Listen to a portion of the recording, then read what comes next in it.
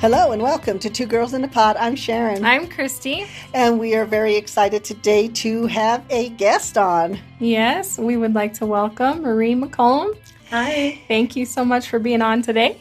Marie, are you originally from Monte Vista? Or? I am. I wasn't born, but I was raised in Monte Vista. Okay. Same, close enough, right? Yep. Absolutely.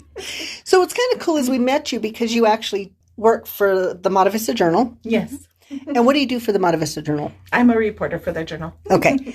So you were kind enough to do an interview with us, and in talking to you during the interview, we kind of started to learn a little bit about your life. It's kind of an inspiring thing for us, and one of the things that we really focus on when we're doing our podcast is those people who inspire, who will have adversity in their life, but they still figure out a way. You know what I'm saying? Yes. So let's talk a little bit about yours. Well, it sounds like that you have A lot going on. You have a lot of things that you're involved in. It sounds like, so you have the Monte Vista Journal, and then you also do something with the radio station, right? Is that correct? So I used to work for the radio station. I was there for 15 years. I recently worked a little bit for them. They hired me on for about a month, which didn't work out because I have 3 other jobs. Oh, so I ended up staying with them a couple of weeks and then having to leave. So it didn't work out the way I wanted it to, but I definitely did have a little bit to do with them, yes. Okay, so 3 other jobs. What else do you do? Yes, so I also work for H&R Block in Alamosa. I'm a full-time accountant year-round. And then I also was working for H&R Block Corporate during tax season as well. So that was just like supposed to be home-based, but I'd carry my laptop and do taxes that way. And then I have my own t-shirt vinyl shop as well. So those were my other 3 jobs that I had, and the radio station just didn't work out at the time, but yes. Is there a reason you want to work 3 jobs, 4 jobs? I mean, because I don't know a whole lot of people say, I get up every morning because I want to work 3 jobs. Yeah. Actually, no. Being honest with you, I would love it if I could just have one full-time job that I could work. But my husband and I were unfortunately in a bad car accident in 2012, and he stayed permanently disabled. And so he does receive Social Security income, but unfortunately, I mean, you know how it is. Yeah, it's not, Inflation's tough. So I'm working more just to take care of my family. I have 2 little boys, and they're both autistic. And so that presents a challenge in itself as well, because things for them are a lot more expensive. I'm a mom that definitely cares about her kids, and I spend lots of money on all of their stuff just to make sure I can accommodate them. So that plus my bills and my mortgage, I mean, it's just, it doesn't happen for me to just work one job. I have to work more than one to take care of my family. So. And I think that's hard because, we have so many things that come along that are just really unexpected. And then, you can either sit back and kind of wallow in it or say, okay, whatever, I can't do this. Or you kind of sit there and say, what made you decide that instead of just saying, oh, well, forget it, to take the path of, I'm going to take care of my family? Honestly, I attribute that to my mom. My mom's a very strong person. And growing up, she didn't have my dad's help. Growing up, I remember I love my dad to pieces, but he was an alcoholic. And I remember him always being off in his own little world and not helping my mom. And she always wanted the best for us. So she bought a house. She wanted to raise us in a house. Being raised in the projects is not a bad thing at all, but she wanted to show her kids that they needed to work for things that they had. And she always did when we were little. She'd put us to do chores and stuff, and she would pay us and give us money sometimes. But she would always say, you have to work for whatever you have. It's always got to be you. You've got to make sure that you pull your weight. Life's not going to be free. You always have to do this, So in being married to my husband and being with him for a couple of years, and then just having kids late and everything else that I did, I was like, you know what? I don't want to raise my kids in the projects either. I don't think there's anything wrong with it, but I want them to see that working hard, they can get something, and they have to, want to get somewhere in order to have things. So that's why I did what I did. I said, I'm going to go get multiple jobs. I'm going to pay my mortgage. I'm going to keep my house. I'm going to make sure I keep a roof over my kids' head. And I'm going to make sure they have the best of everything in life, because my mom couldn't always do that for us. We weren't raised with a silver spoon, but we certainly learned the value of $1. And that was really important to me too. Right. So that's what I've done for them. Nice. So you said you have 2 kids? I do. And both of them are on the autism spectrum. They are. So when we talk about the autism spectrum, where would you say they fall in? Are they high functioning, mid, lower? Absolutely. My oldest is severe. My oldest is nonverbal. He can't talk at all. He does have a lot of sleep problems as well. So that makes things difficult in my life. because most of the time he only wants mom when mom's there. He doesn't want dad, which Mike has been great because Mike is actually stepdad, but he's been there since he was 2 years old. His real dad isn't really part of the picture. So Mike's been awesome. My younger one, I would say, is higher functioning, but he does speak very slowly. His neurotransmitters don't fire all the time. So sometimes it's hard because he can't really understand things that mom tells him. I have to tell him 2 or 3 times, and he has to talk to me in the same way. So both of them present many challenges. I would say the sleep factor is a little bit harder than anything because I don't sleep. But my little one does sleep, thankfully. He does sleep. So just real quickly, when you say the sleep, because I think sometimes people don't know, in treating autism, I often find that people have this idea of Rain Man or all these, all these servants and stuff like that. And they don't understand, or, even when we look at Dr. Temple Grandin, we see her, she was nonverbal. Her mom just was really persistent, and thank goodness for that, because, she has this brilliant mind who has contributed so much to the world, not only in the arena of the cattle and all of that, but in autism as well. Absolutely. And talk a little bit about what you mean by the sleep thing. Sure, absolutely. So for JC, ever since he was little, he's had bad sleep disturbances, always. I mean, it could be because he likes scary movies like his mom, but I don't really think so. He's watched scary movies since he was little, but I don't think that has anything to do with it. I have put him on a gluten, wheat, and dairy-free diet. That's what I've done since he was little, because I've kind of followed what Jenny McCarthy did for her little boy, feeling like I think nutrition and gut have a lot to play in the autism stuff. I don't care what anybody says. I've done research, it's been proven. I've seen all of this. I know that has a lot to do with it. So when JC was little, he would wake up literally every hour and a half and just couldn't sleep. It was horrible. Being a single mom up until he was 2 was really hard. I mean, it was difficult. Even now, because my husband is sick and can't stay up with him, it's hard.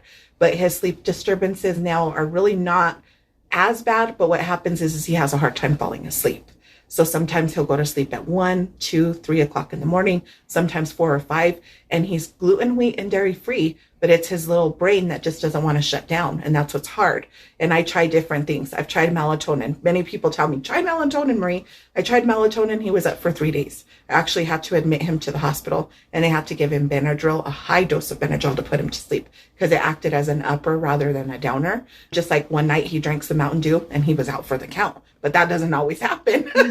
So it's hard. His sleep is really hard. Well, and I think that's what it is, when we talk, and, we talk a lot about overall health. I don't think people realize, when you talk about gut health, and, when I do my practice, I really try to be a little more holistic in it. So I'll ask people, what is it you're eating? What is it you're drinking? And, she's done a lot of trainings recently on that in particular, the gut health and how it impacts the mental health. That's awesome. And it took us a hot minute to realize we have a gluten intolerance. Oh, wow. Yeah. So, it was like, oh my God. And it's inflammation and so many bad things to your life. It's hard. Yeah. And, and I think that when people don't understand, and we add more gluten, there's a whole bunch of reason for it, what that whole thing is. And, but I think that when we don't take care of, I always tell people food is fuel for your body. If you're not putting in that high quality fuel for it, it's not going to run at optimum. I don't care who we are. Yeah, that's true. Absolutely. I agree with you. Just how much of that is impacting even our mental health. We're looking at that, and people don't understand. People, they're like, well, when we talk about serotonin, we're talking to people, they're like, you take the serotonin, which is the SSRIs, for depression and that. But people don't understand, most of our serotonin is made in our gut. I didn't know that, so that's interesting yes, to know. A majority, I think it's up to 80% in our gut. Wow. And, so when we talk about that, it's how do we really look at that? And then how do we use food as something that is helpful for us versus harmful? And particularly in kids. Kids will be there. I worked in schools, and I would be there like, oh, God. Sometimes sugar with kids and all of these things that are impacting them. And what it does is it impacts them in a way that they have negative consequences. Yes, it does. Absolutely. How old are your boys? My oldest is going to be 15 this year, and my little guy's going to be 10 in October. So okay. And what kind of services do they have? Do they do ABA? Do they? What really stinks is I've always thought about moving to the city because I know there are just excellent services in the city versus small town. I myself tried to learn some ABA therapy and tried to help them with it early on. I have both of the boys involved in something called Gemini. It's an online system, and it does involve ABA therapy. It involves skills, lessons. I try to do that stuff with them in the summer just to keep them going so they don't regress before school starts again. Because I see a lot of really good expressive qualities in my oldest and in my youngest, but their receptive stuff is just so hard sometimes. It just depends on what moods they're in, if they're in the mood to see me, so forth. But here in Alamosa, they just don't have the therapies. In the Valley, they don't have the therapies. I've always wanted to bring something like that to the Valley myself. That's been a dream of mine, because there's just nothing here that really helps your kids. I really believe if you want to help your kids and you're in the Valley, you kind of have to do that yourself. I mean, I appreciate the paraprofessionals. I appreciate the school systems. They've been so good to my children. I can't say enough about that. But the therapies themselves, they're just lacking here in the Valley so bad. So unfortunately, I don't have those good things for them here. But I have tried the PECS communication system myself at home. I definitely can see where my kids understand some of the things that I say, but then they can't express, a lot of times. Like my oldest, he's so good at listening to me, but he just can't talk. Sometimes it's so hard. And I say talk because in the way he talks to me is he pulls me to what he wants. He shows me what he needs. He's very good about that, thankfully. But it's hard. I mean, the Valley is hard. You probably both know how hard it is here. There's just nothing here. Not things like that. Right. Yeah. And I think that's the other thing, when we look at resources and things like that. And how do we even get the resources? Is there ways to do it remotely even, whether it's ABA remote or something like that? We've gone to this remote thing and we're seeing success with it. And so how can that also kind of take place in places like the Valley where there's going to be autism here, especially the neurodivergency that we're seeing in a lot of the kids and stuff? Otherwise, they fall through the cracks. It's true. It used to be 1 in 121. Now it's like 1 in 88. I mean, it just keeps growing. And I've always believed with all of my heart, and that's why I did not vaccinate my second one. But my first one, my mom just pushed and pushed and pushed. And because she took care of him while I started working, when he was 2 years old, all the lights went out right after those vaccines. And I'll never believe that it's anything else. Because if you look at that MMR shot, there's a component in it called thermocell, and it is relative to mercury. And when you look up mercury poisoning, it is exactly the same thing as autism. All of the symptoms are so similar. They really are. And I know there's still a lot of research being done, and, we have credible research coming out about it. And I think we always want to know. Right. And then I always wonder, well, how does knowing change what we have in front of us? Even when I'm working with clients, whether it's something in the past or whatever, I said, how is that going to change what's happening in this moment? Yeah. And I think that in the moments that we have now because of, and it's not just autism, we're looking at all those neurodivergencies that are just out there, and we don't know, is it nature versus nurture? We don't know any of that. But like I said, I appreciate the fact that there are people out there researching it and trying to figure it out. But I tell people, all we have is what we're dealing with in the present moment. What are those things? You're doing that. You're saying, if I don't have the thing available, then I'm going to learn it. And then I'm going to teach it. Absolutely. Yeah. Do you see what I mean? Sounds like you're very proactive with that. And I mean, that's awesome for your kids. Thank you. Yeah. They're my whole entire world. Yeah. They really are.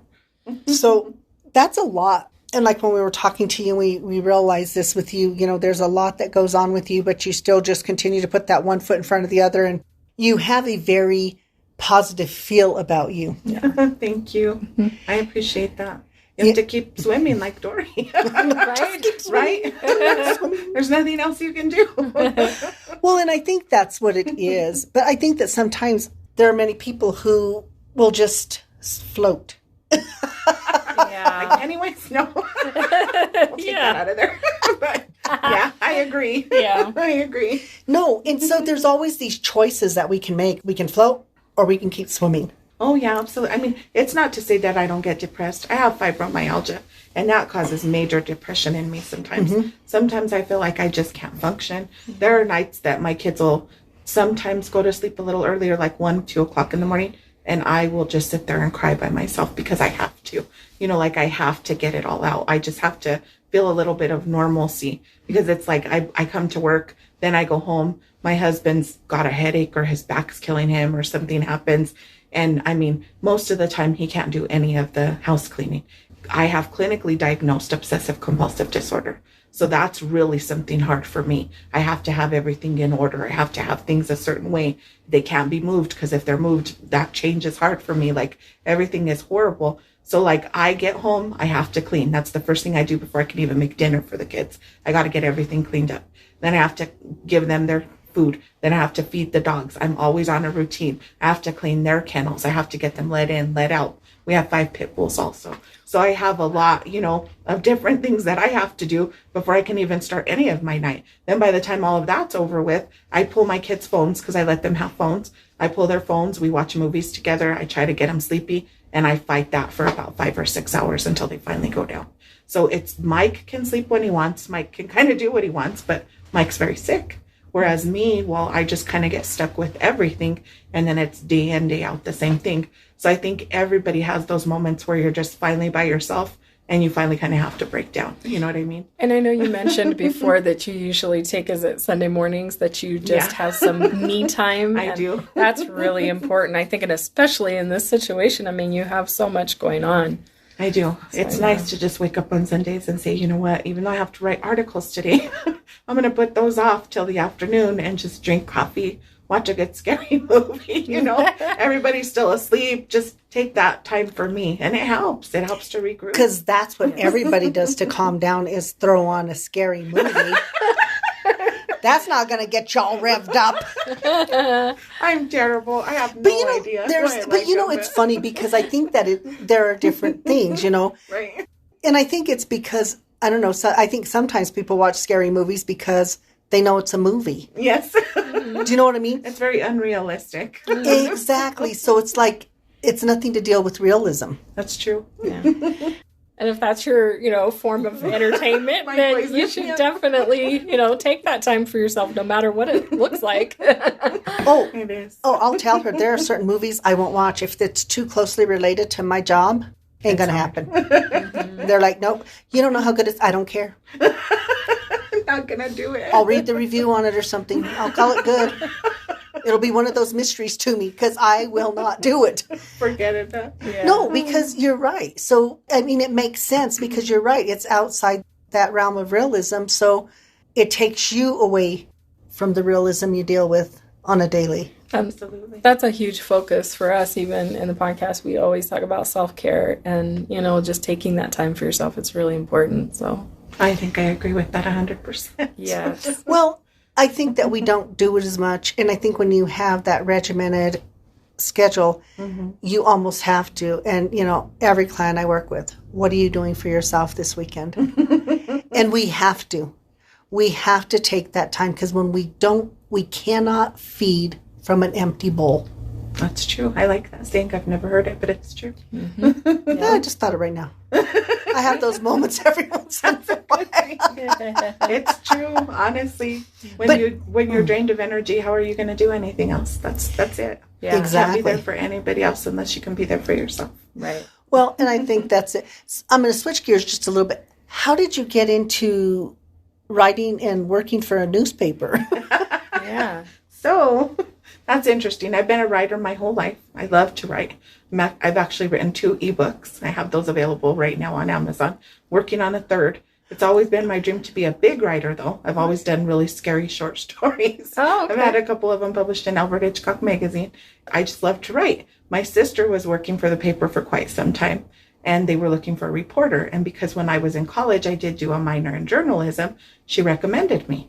So I kind of had to prove first that I had that minor there. And then once I did, he's like, well, send me some of your work and I'll check it out. And he says, well, let's try it. He goes, the worst thing that can happen is, because he read my stories and he's like, well, that's not a lot of journalism stuff. He goes, but you do have a journalism background. You have a little bit from college. Mm-hmm. So let's give it a try. So I can honestly tell you girls that the first few articles that I did were probably like books for my boss. Oh. And he's like, Marie, we have to cut this down. We have to be specific. We are the Mata Vista Journal, lady. We only have 7 pages. Yeah, exactly. He's like, we have to be, concise, coherent, complete, and clear. I always liked that in school, and that's what he told me. He's like, you have to really narrow it down. So after a couple of months, everything started going really well with it. But in the beginning, it was pretty funny, actually. Because he was like, you can't write me a book. You have to write me an article. So Here comes Marie with her mini novel.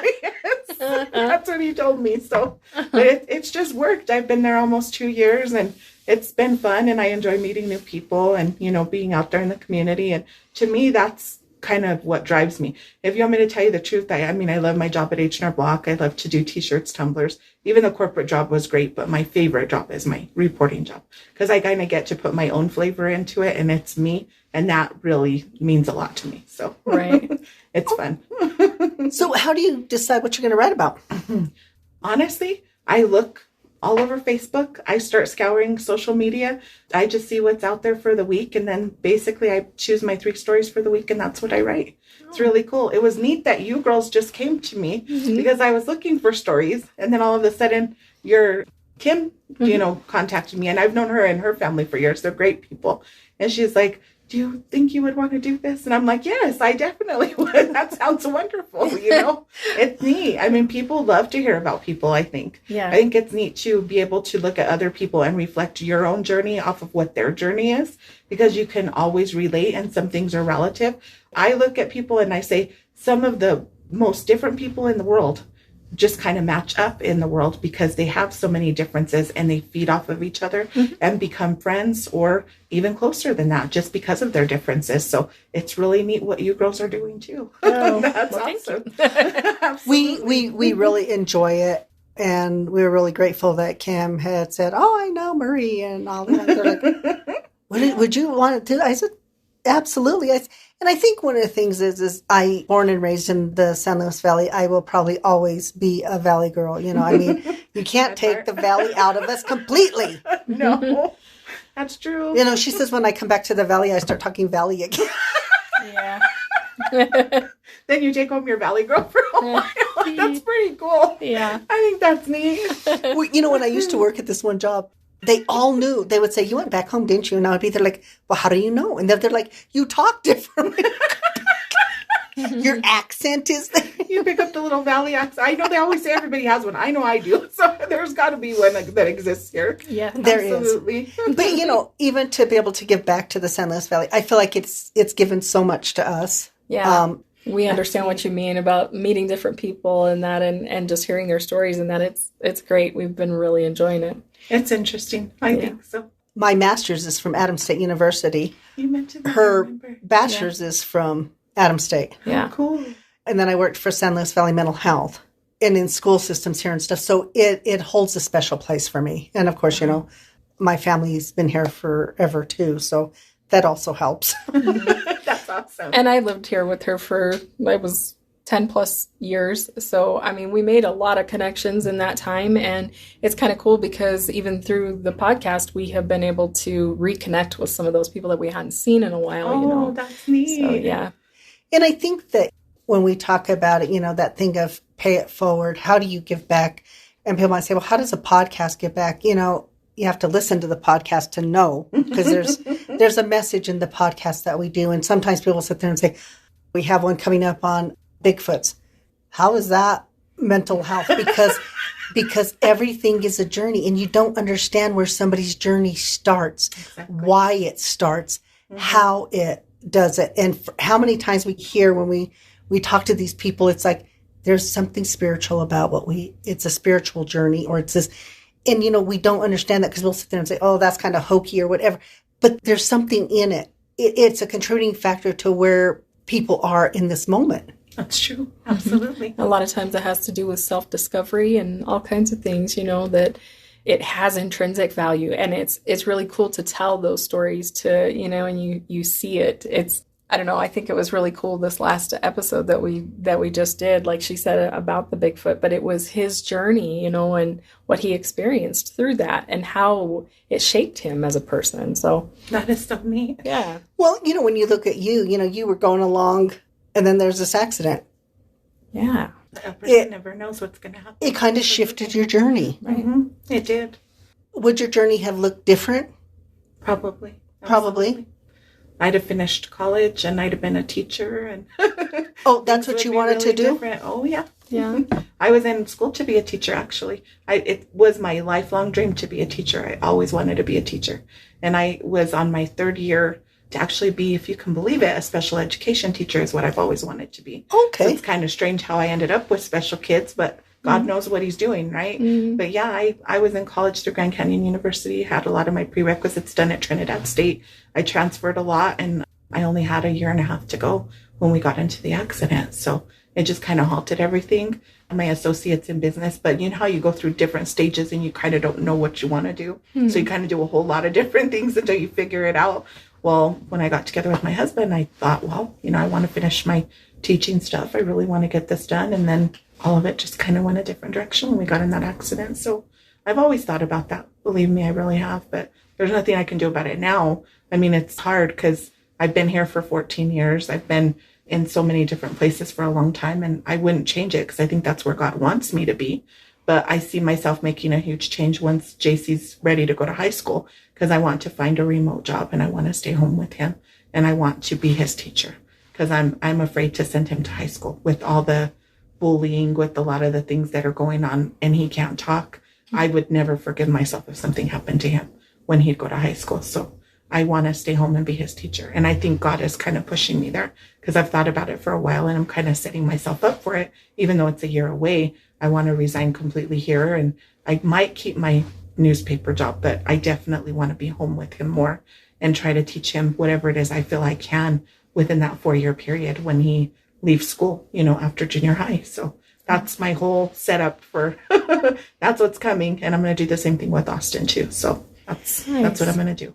Well, and I think sometimes, as parents, there are many parents who put certain things on hold. It's like, okay, I'm going to stop working. And then when my kid gets into kinder or whatever, a full day, then I'll go back to work. I think people modify and do all those kind of things. And even when you don't have kids, you do it for different reasons. Absolutely.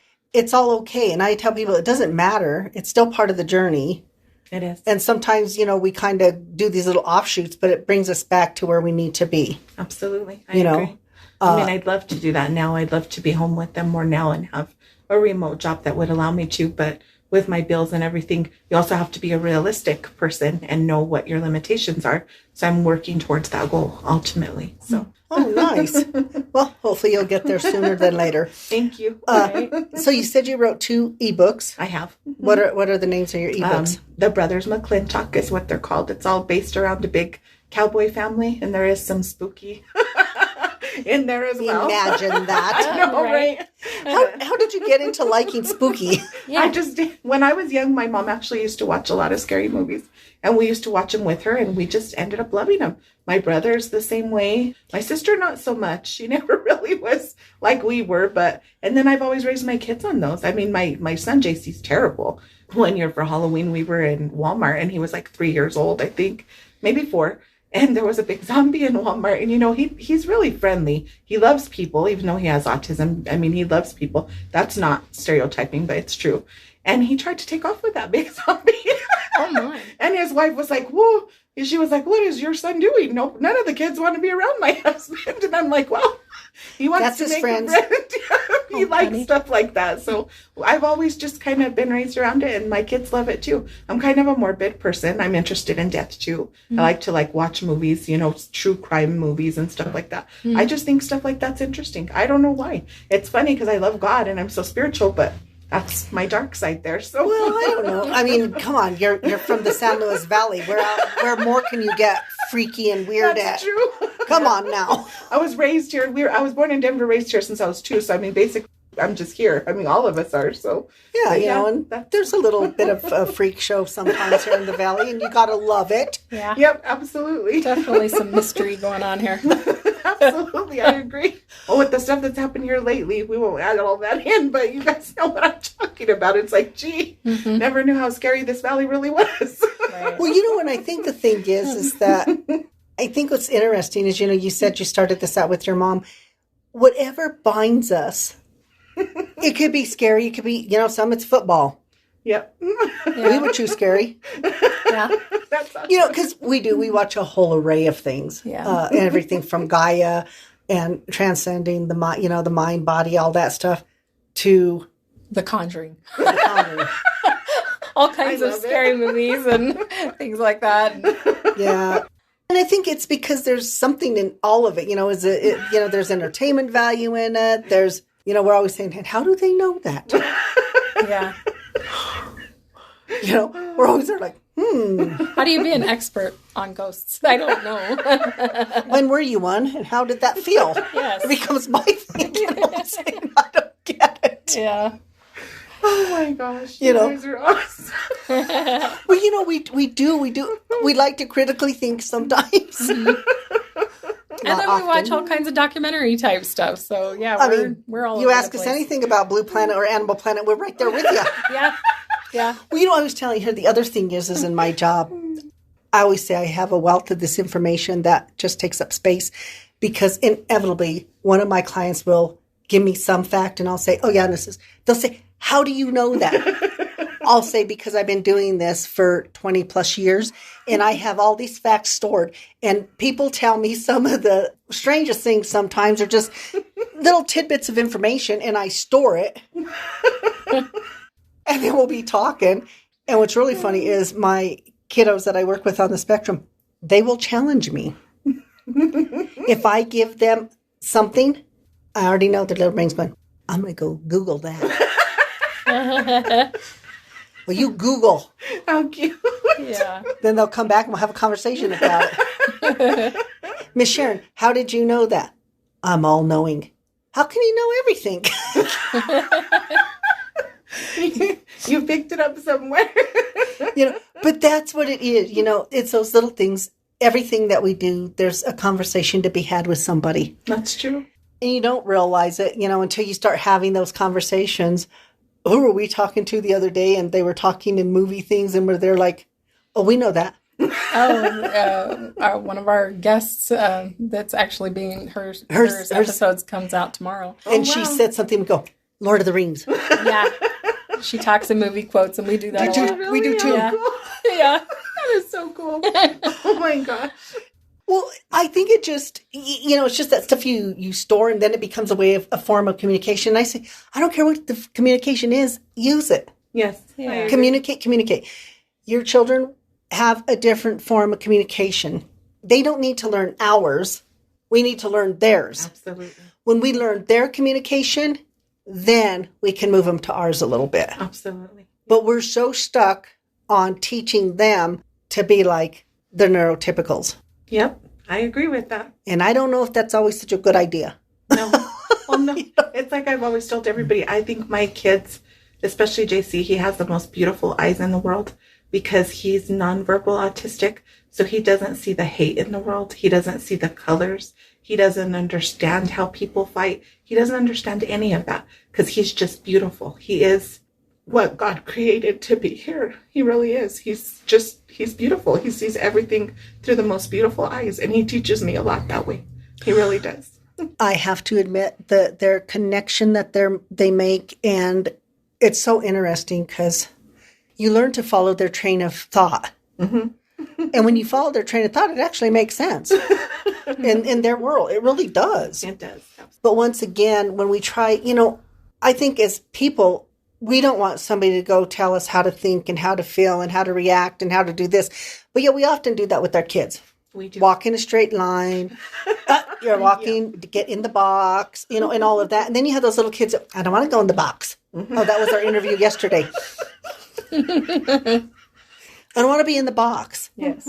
But we want them in the box because them being in the box makes the one who created the box feel better. Yes. Have more control.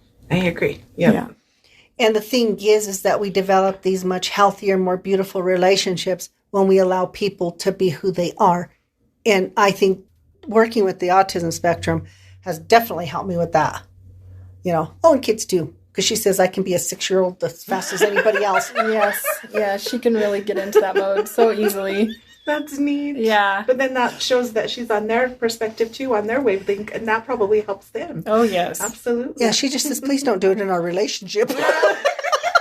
I don't need a 6-year-old. That would be the wrong time to do it. There you go. But no, I think those are the things, when we're looking at life.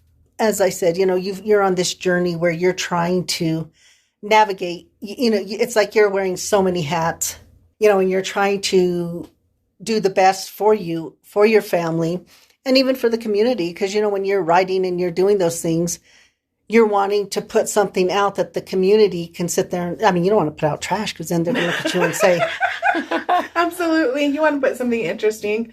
You want to show them. I think it's neat when you can write about things that happen and you can make it interesting enough that people want to read it and enjoy it, and you help them with their day. Oh, I just saw that there was this Easter egg hunt and this little girl was holding this bunny's hand, or this, these kids were enjoying themselves so much they won this. You make people happy by seeing other happy things. It's just all relative. I always try to be positive. You don't have to put this in there, but even when my glass is only half full of shit, I always say at least it's full of something. Right? That is true. That's what I always tell everybody. well, exactly. Something is better than nothing. Exactly. And I think we are in this, sometimes we have this perception that if I can't have it all, I'm not going to have any of it. Yes. And even when I work with kiddos, I don't work with kids anymore. But when I did, they're like, Miss, I'm not going to do it. Okay, so you'd rather have 0 than 1. Well, 1 is better than 0. Then get a 1 on the assignment. Get a 10 on the assignment. Get something. Yep. Something. Absolutely. If you, maybe you won't make the team, but you at least get a tryout so you get to meet people or whatever that is. It's have an investment in you. There's a lot to be said for effort.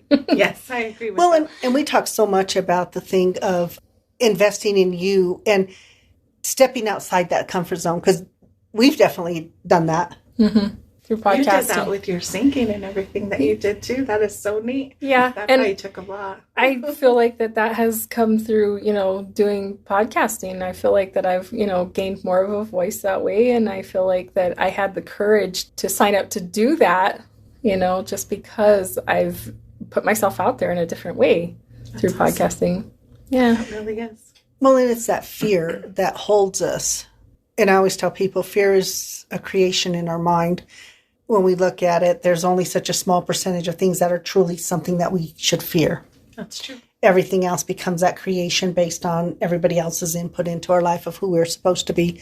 And then when we're not that, then all the other, hence why I get to be a therapist for a very long time if I want to, because we continue to do these things, People could have gone to you and said, that's too much, don't do that. Or there's places for your kids, or all of these things. Yeah, absolutely. I hear that all the time.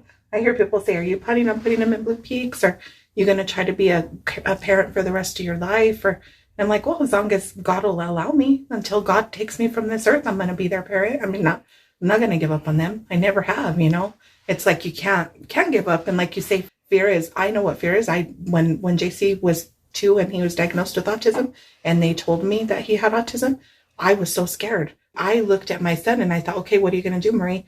Are you going to accept this? Are you going to just kind of let him go through his life and, just raise him or give up on him? What are you going to do? The first thought that was in my mind was, this is still my son. Doesn't matter what he has, but this is still my son. And the only way he's going to overcome it and get through it is if I fight for him. Because if I don't fight for him, then someday when he's 18 years old and he's mindless and he's a zombie, I'm going to tell myself, well, what the hell did you do? Why weren't you a mom? Why did you just let him go through his life and never get anywhere? Either I let him go through his life and not get anywhere, or I fight like hell. And that's what I decided to do. And I'm still fighting. I'm going to fight until the day he dies, till the day I'm not here anymore. So That's just like you say, it's fear, but you have to overcome it and you have to get through it, Yeah. Well, then you realize that the fear is something that's generated in your mind. And it's like, okay, well, now I know that's not a real thing. Now what can I do? Then you get to go into the action phase of something. Absolutely. When I'm in that place of fear, I'm stuck, It's scary. Absolutely. Well, it is. And I think the other thing is we also sit there and talk about, well, what is his quality of life? You don't know. Nope, you don't. The thing is they get the joy we get out of what brings me joy or you joy or anybody joy is so different.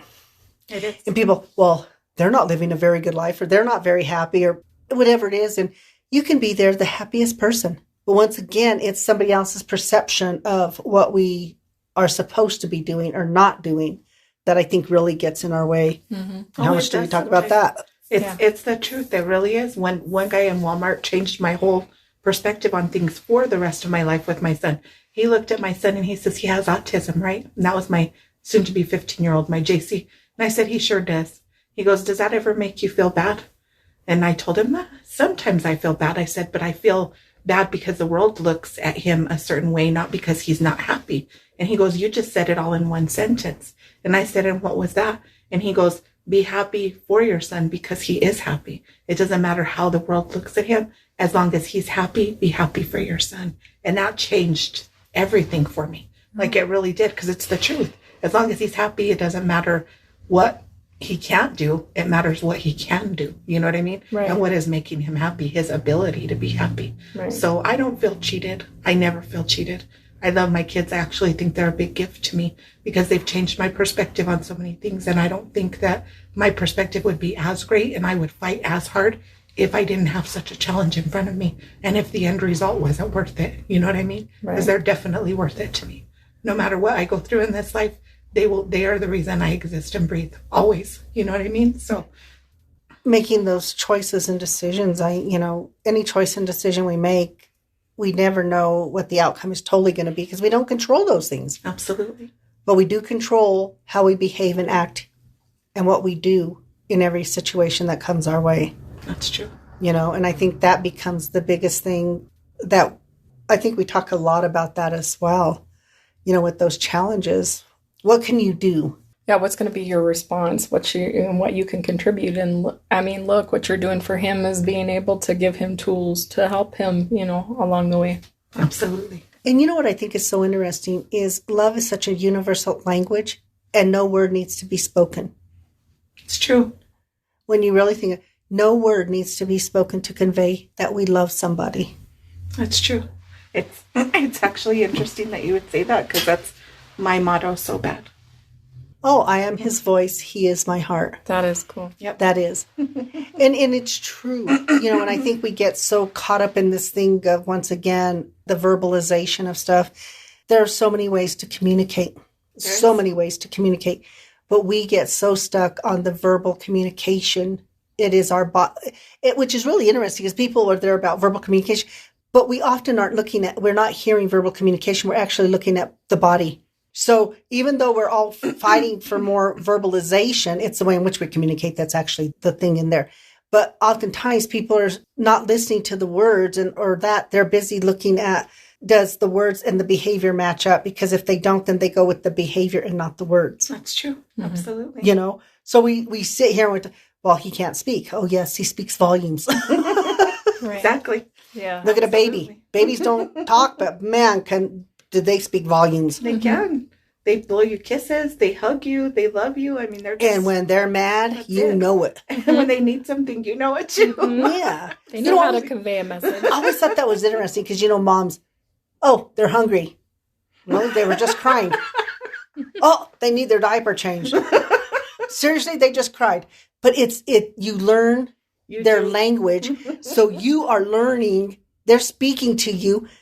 And then, the people that don't know, do you need something to eat? Do you use your diaper? Is it time for bed? Going through the list. Yeah. Kind of like you and the dog. Yes. I have to do that with her. Are you hungry? Are you thirsty? And she communicates with her. She does. I believe it. And she'll just sit there and look at her if the answer's no. Then when she hits the right thing, she pounces on her. Yeah. That's it. And trust me, she's nonverbal. She's not spoken a word. But she speaks volumes. Yes. And I think, So cool. well, once again, it just goes to show whether somebody's verbal or not verbal or their speech is slower. Because sometimes the truth is our words come so much faster that oftentimes a lot of us should learn to slow it down a little bit because we tend to speak and we should slow down and kind of think about what we say. I agree. Yep. I do. So, I think that either way, everything you're doing is still on that path. You wanted to be a teacher in special education, and you're a teacher every day. That's true. Mm-hmm. You don't even need the degree. No. But I think that sometimes we just often even need to shift that my goal and my dream, and I feel like I didn't get my dream. Yes, you did. It just came into your home. That's true. Yeah. I never looked at it. You do a teacher every single day, Yep. 24/7, whether you want to or not. Right. No, true. but I think once again, it's how do we shift our perspective about things? I don't think you gave up on your dream. I think your dream just came to you. That's true. Yeah. You know what I mean? God brought it to me. Absolutely. And so you can learn more skills. You can learn all sorts of stuff in order to help them be successful. And it sounds like you want to do that. And when we're done, I'll give you some resources as well that you can kind of use, because autism is one of my passions. I tell her I absolutely love it. Wow. I'm always grateful for every one of my clients because they invite me in on their journey.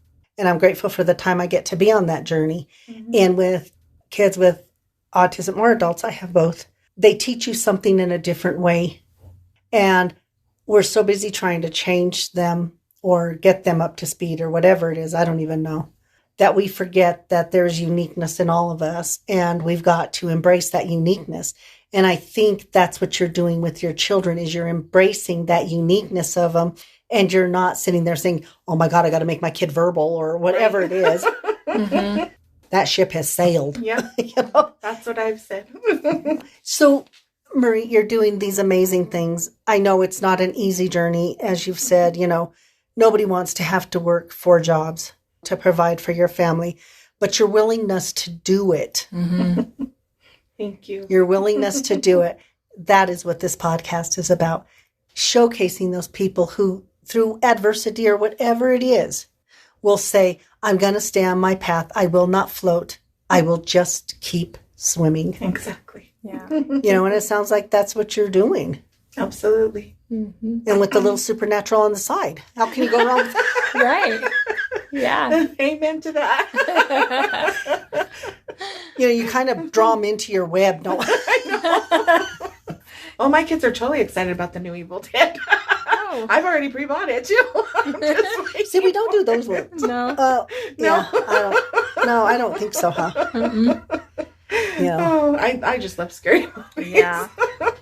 But it's neat that you guys have that connection. And it's something you shared with your mom, so, You're making this a generational thing. Yeah. Exactly. And so it really is a neat thing, and it's about the connectedness. And one of our biggest things is what? We are all connected. Yeah. That's true.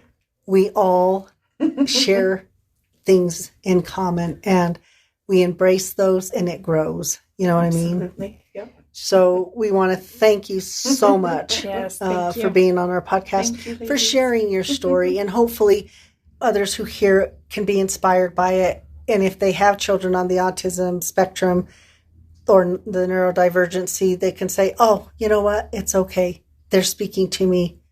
And, that things happen, like an accident comes and happens, but it doesn't have to derail you completely. You don't have to just sit there and float. Absolutely. Right. So thank you so much for being here Yes. and being with us.